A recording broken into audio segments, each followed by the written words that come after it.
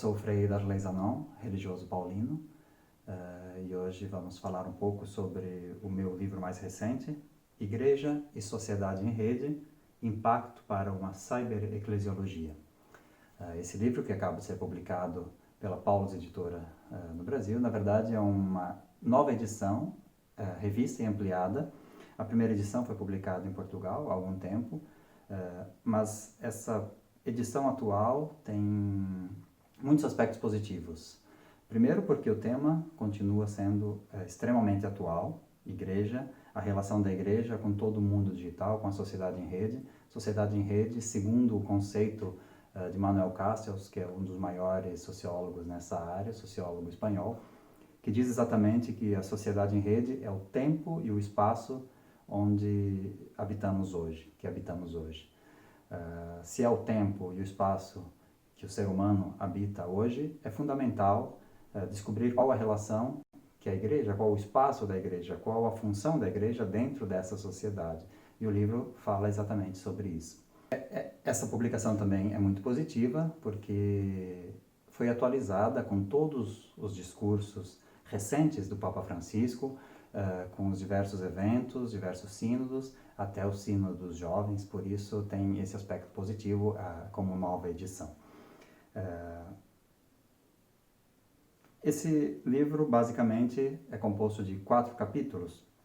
Então, no primeiro capítulo, que se chama A Sociedade em Rede, como novo paradigma da tecnologia da informação.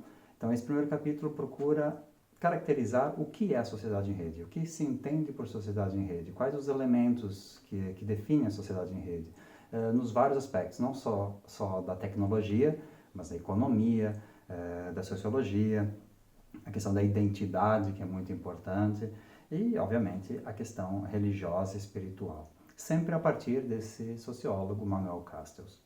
Depois, os dois capítulos seguintes tratam dos nós e da rede. Então, fazendo essa analogia, analisar a relação da igreja com a sociedade em rede a partir de 2 perspectivas. A partir da igreja instituição, a rede, no caso, e a partir dos seres que compõem essa rede, a partir dos cristãos, a partir da igreja como corpo de Cristo, como povo de Deus. Então, a igreja não é só a instituição, a igreja também é o conjunto de cada um desses nós. E por isso, os 2 capítulos abordam diferentes perspectivas.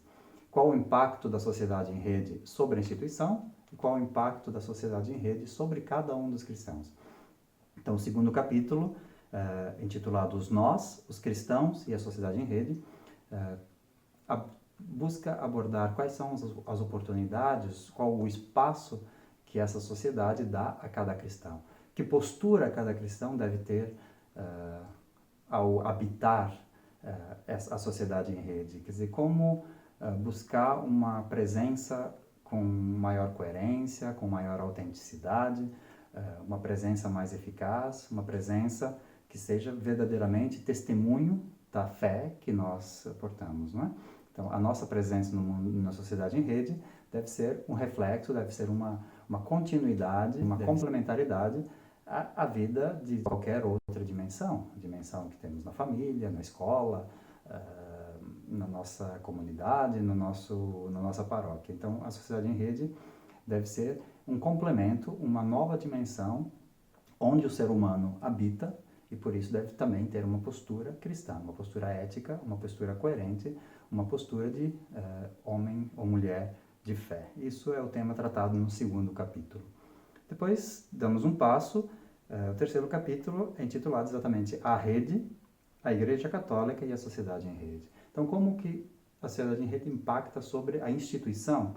Principalmente aqui a crise da instituição, a crise da hierarquia, diversos elementos característicos da sociedade em rede que devem ser assimilados e a igreja deve dialogar e se adaptar um pouco a essa sociedade. E eu vou buscar elementos desde as primeiras comunidades, que eram de fato já uma sociedade em rede, as primeiras comunidades cristãs, principalmente como lemos nos Atos dos Apóstolos e nas cartas de São Paulo, eram muito ligadas entre si, elas formavam uma verdadeira rede.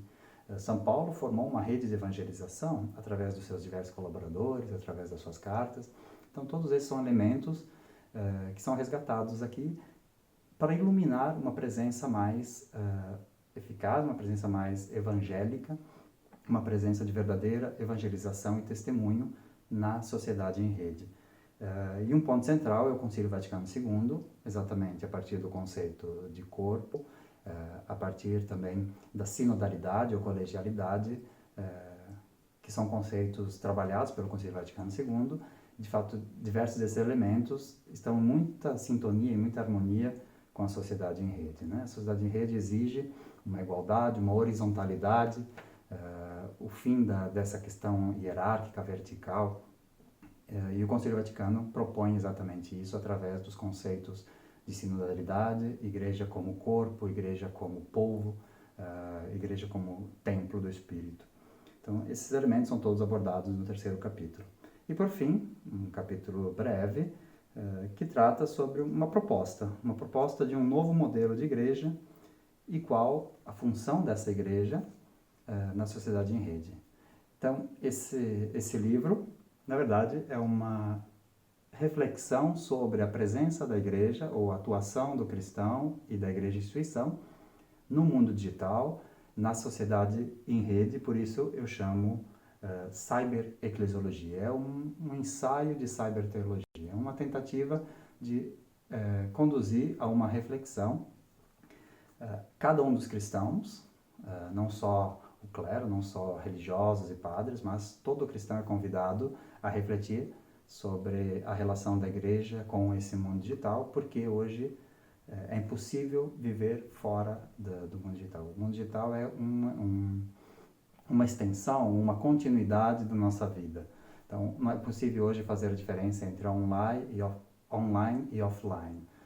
Tudo que fazemos tem impacto em ambos os aspectos. E por isso também o nosso testemunho cristão, nosso trabalho de evangelização e de promoção da nossa fé, dos nossos valores, assim como fazemos offline, tem que ser também feito online. Por isso convido cada um de vocês a lerem esse livro e procurar também uma presença de maior qualidade nesse mundo das redes sociais, esse mundo de internet, esse mundo caracterizado pelas várias redes digitais.